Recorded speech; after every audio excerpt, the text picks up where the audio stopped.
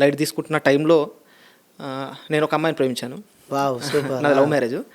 So, తనని ఇష్టపడ్డప్పుడు తను చెప్పిందనమాట. ఖచ్చితంగా నేను చేసుకుంటాను. బట్ కాకపోతే ఏదో ఒకటి కావాలి కదా! దాని గురించి నువ్వేం చేస్తావు నా కోసం అని అంటే, అప్పుడు మనకున్న 10th క్లాస్‌తో మనం ఏం చేస్తే బాగుంటుంది? మనకున్న 10th క్లాస్‌తో మనం జాబ్ ట్రై చేయాలి. ఏది చేస్తే బాగుంటుంది అన్నప్పుడు నా మైండ్‌లోకి ఆర్మీ వచ్చింది. నాకు చిన్నప్పటి నుంచి ప్యాషన్ చేయాలని. కాకపోతే ఏంటంటే మనం చేయగలమా? ఆ రన్నింగ్ మనం క్లియర్ చేయగలమా? ఆ ఎగ్జామ్ క్లియర్ చేయగలమా? అని ఒక డౌట్ ఉండే. బట్ అమ్మాయి కోసం ఖచ్చితంగా చేయాలని ఫిక్స్ అయ్యి ఒక ఇన్‌స్టిట్యూట్‌కి వెళ్ళడం జరిగింది. యెస్. ఆ ఇన్‌స్టిట్యూట్ గురించి నేను చెప్తా. 10th క్లాస్ 2 టైమ్స్ ఫెయిల్ అయ్యారు. బట్ ఆ ఇన్‌స్టిట్యూట్‌కి వెళ్ళినాక ఆ ఇన్‌స్టిట్యూట్ మొత్తానికి టాపర్ మీరే అంట. అవునవును. యెస్. అప్పుడు ఆ బ్యాచ్‌కి ఆ బీఎస్ఎఫ్ అంటే మేము రాసిన ఎగ్జామ్‌కి హైయెస్ట్ మార్క్స్ నాకే రావడం జరిగింది. అప్పుడు నేను చాలా సంతోషంగా ఫీల్ అయ్యాను. ఇన్‌స్టిట్యూట్ వాళ్ళు కూడా అసలు సాధారణంగా ఇన్‌స్టిట్యూట్ అంటే చాలామందికి నిజంగా ఈ స్టేజ్ మీద నేను చెప్పాలనుకుంటున్నాను ఏంటంటే, ఆ ఇన్‌స్టిట్యూట్‌లో చాలామందికి ఫీజెస్ తీసుకుంటారనమాట. ఇంత అని ఒక ఫీజు ఉంటుంది.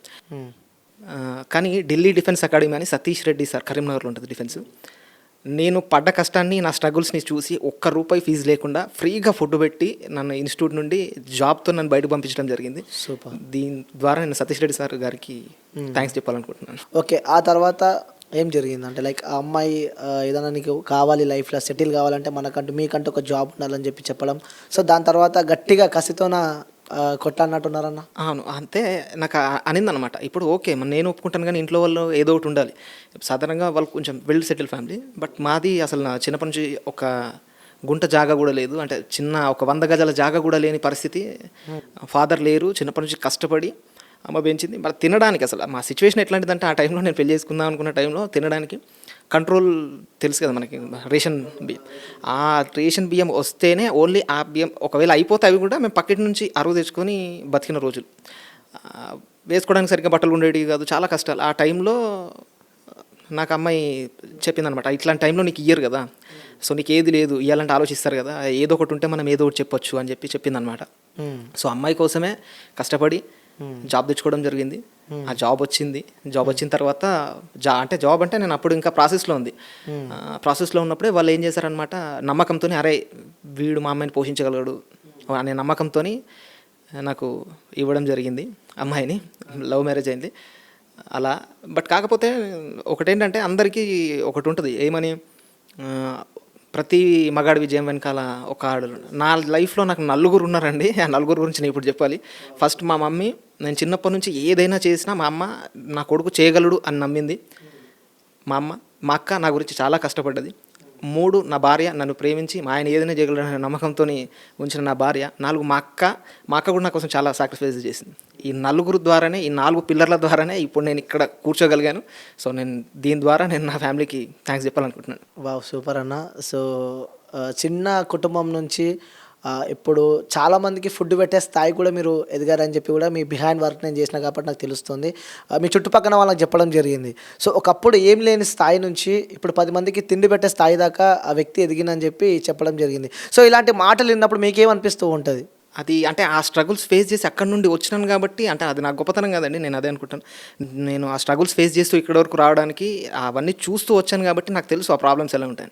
ఇంకోటి ఏంటంటే నేను ఓన్గా ఒక బ్లడ్ గ్రూప్ని ఒక వాట్సాప్ గ్రూప్ని రన్ చేస్తూ ఉంటాను. నాకు ఎవరు మెసేజ్ చేసినా నేను ఇప్పటివరకు దాదాపు ఒక 15 టైమ్స్ వరకు ఈజీగా ఇవ్వడం జరిగింది బ్లడ్. ఎవరికైనా సరే హెల్ప్ చేస్తూ ఉంటాం. ఎవరికి అవసరం ఉన్నా నీట్గా నేను ఇప్పియడమో లేకపోతే పర్సనల్గా వెళ్ళి ఇవ్వడమో చాలాసార్లు చేస్తూ, నాకు ఉన్నంతలో నాకు తెలిసినంతలో ఒక 10 మందికి హెల్ప్ చేయాలనేది నేను అనుకుంటాను. సో అందుకే నేను అలా దాని ద్వారా హెల్ప్ చేస్తున్నాను. అది నా గొప్పతనం కాదనేది నా ఫీలింగ్. జస్ట్ అంతే, మనం ఆ ఫేస్ నుంచి వచ్చినాం కాబట్టి ఆ స్ట్రగుల్స్ తెలుసు అంతే. ఓకే. సో ఇప్పుడు గుర్తొస్తూ ఉంటాయన్న చిన్నప్పటి మెమొరీస్ అన్నీ, మీరు పడ్డ కష్టాలన్నీ గుర్తొస్తుంటాయండి. నేను చెప్తున్నాను కదా, అదే ఇంతకుముందు కూడా చెప్పాను. మేము పడ్డ కష్టాలు ఆ రేషన్ బియ్యం దగ్గర నుండి అసలు ఆల్మోస్ట్ నా మ్యారేజ్ అయ్యేంత ముందు వరకు మొత్తం ఇవే స్ట్రగుల్స్. వన్స్ ఎప్పుడైతే నాకు మ్యారేజ్ అయిందో ఆమె లెగ్ పుణ్యమా లేదా ఏదని తెలీదు, బట్ అప్పటి నుండి నా లైఫ్ మొత్తం యూటర్న్గా చేంజ్ అయ్యి చాలా వరకు అప్పటికి ఒకసారి వెనక తిరిగి చూసుకుంటే అసలు నేనేనా, ఈ 6-7 ఇయర్స్ బ్యాక్ ఉంది నేనేనా అని నాకే అనిపిస్తుంది. నా మీద నాకే అనిపిస్తుంది నేను చేస్తుందని. Okay, done. సో ఈ ఆర్మీ విషయానికి వస్తే ఎక్కడ ఫస్ట్ పోస్టింగ్ ఎక్కడ వచ్చింది మీకు? నేను ఫస్ట్ ట్రైనింగ్ వచ్చి హజారీబాగ్ జార్ఖండ్లో చేశానండి. జార్ఖండ్లో ట్రైనింగ్ చేశాను. ట్రైనింగ్ చేసిన తర్వాత ఫస్ట్ పోస్టింగ్ వచ్చి గుజరాత్. గుజరాత్ బార్డర్లోనా? గుజరాత్ బార్డర్లో ఇండియా పాకిస్తాన్ బార్డర్లో ఫస్ట్ చేయడం జరిగింది. దాని తర్వాత ఇప్పుడు ఇండియా బంగ్లాదేశ్ బార్డర్ పశ్చిమ బెంగాల్లో చేస్తున్నాం. ఓకే. సో ఎలా ఉంటుంది ట్రైనింగ్? చాలా మందికి డౌట్, ఆర్మీ కావాలంటే చాలా ఇబ్బందులు ఉంటాయి, చాలా ట్రైనింగ్ ఉంటాయి, చాలా స్ట్రగుల్ ఉంటాయి, చాలా కష్టాలు ఉంటాయి అని చెప్పి చెప్తారు కదా. సో ట్రైనింగ్ ఏ విధంగా ఉంటుంది? ఒక వ్యక్తి ఆర్మీ ట్రైనింగ్కి వెళ్ళాలంటే సో ఆ వ్యక్తి దగ్గర ఎలాంటి క్వాలిటీస్ ఉండాలి?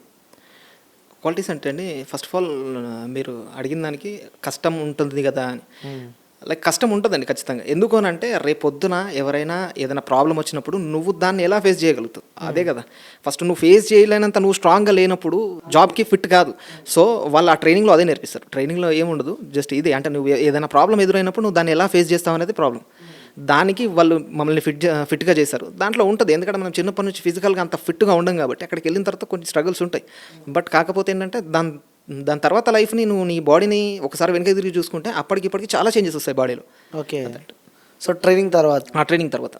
ఓకే. సో ఫస్ట్ పోస్టింగ్ వచ్చినప్పుడు మీ ఫీల్ ఏంటి? లైక్ అంటే బార్డర్కి వెళ్ళినప్పుడు, ఇండియా పాకిస్తాన్ బార్డర్కి వెళ్ళినప్పుడు, ఎందుకంటే మనం చిన్న ఉన్నప్పటి నుంచి వింటూనే ఉంటారు ఇండియా పాకిస్తాన్ బార్డర్ చాలా డేంజర్ ఉంటుంది, సో పాకిస్తాన్ వాళ్ళు ఎంటర్ అవుతుంటారు అని చెప్పి కొన్ని సినిమాస్లో మనం చూసాము. నిజ జీవితంలో కూడా మనం చిన్నప్పటి నుంచి ఎప్పటి నుంచో మనం అవి వింటూ ఉంటాం కాబట్టి. సో ఫస్ట్ మీకు ఏమనిపించింది ఇండియా పాకిస్తాన్లో బార్డర్లో మీకు డ్యూటీ వేసినప్పుడు మీకు ఏమనిపించింది?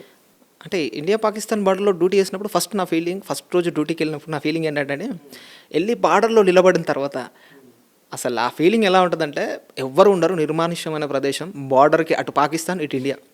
అక్కడ నిలబడితే అసలు అనిపిస్తుంది లైఫ్లో మనం ఏమైనా సాధించాము, ఏమైనా చేసామన్నట్టు ఒక బార్డర్లో నిలబడి దేశానికి రక్షగా ఇక్కడ నిలబడుతున్నాం అనే ఆ ఫీల్ ఉంటుంది. ఆ ఫీలింగ్ అసలు మనం ఎన్ని డబ్బులు ఇచ్చినా కొనుక్కోలేం. ఆ ఫీల్ వేరే లెవెల్ ఉంటుంది.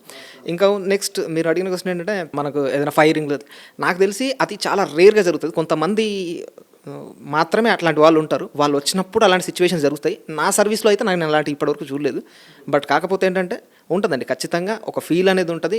దేశానికి అండగా ఆడ నిలబడడం అనేది ఆ ఫీల్ అది వేరే లెవెల్. అంటే టెన్షన్ కానీ ఆ భయం కానీ ఎప్పుడు అనిపించలేదా? లైక్ వాళ్ళు ఎవరైనా అటాక్ చేస్తారేమో? ట్రైనింగ్లో ఉండేది అది కదండి. మనకు ట్రైనింగ్లో ఏముంటుంది, ట్రైనింగ్లో నువ్వు ఏ దాన్నైనా ఎలా ఎదుర్కోగలవు అనేదే ట్రైనింగ్. మనకు అక్కడనే నేర్పించినప్పుడు ఇంకా అక్కడ అంత భయం ఏమి ఉండదు. బట్ కాకపోతే ఏంటంటే మనకు కొంచెం మన జాగ్రత్తల్లో మనం ఉండడం ఎందుకని బెటర్ అంతే. ఓకే.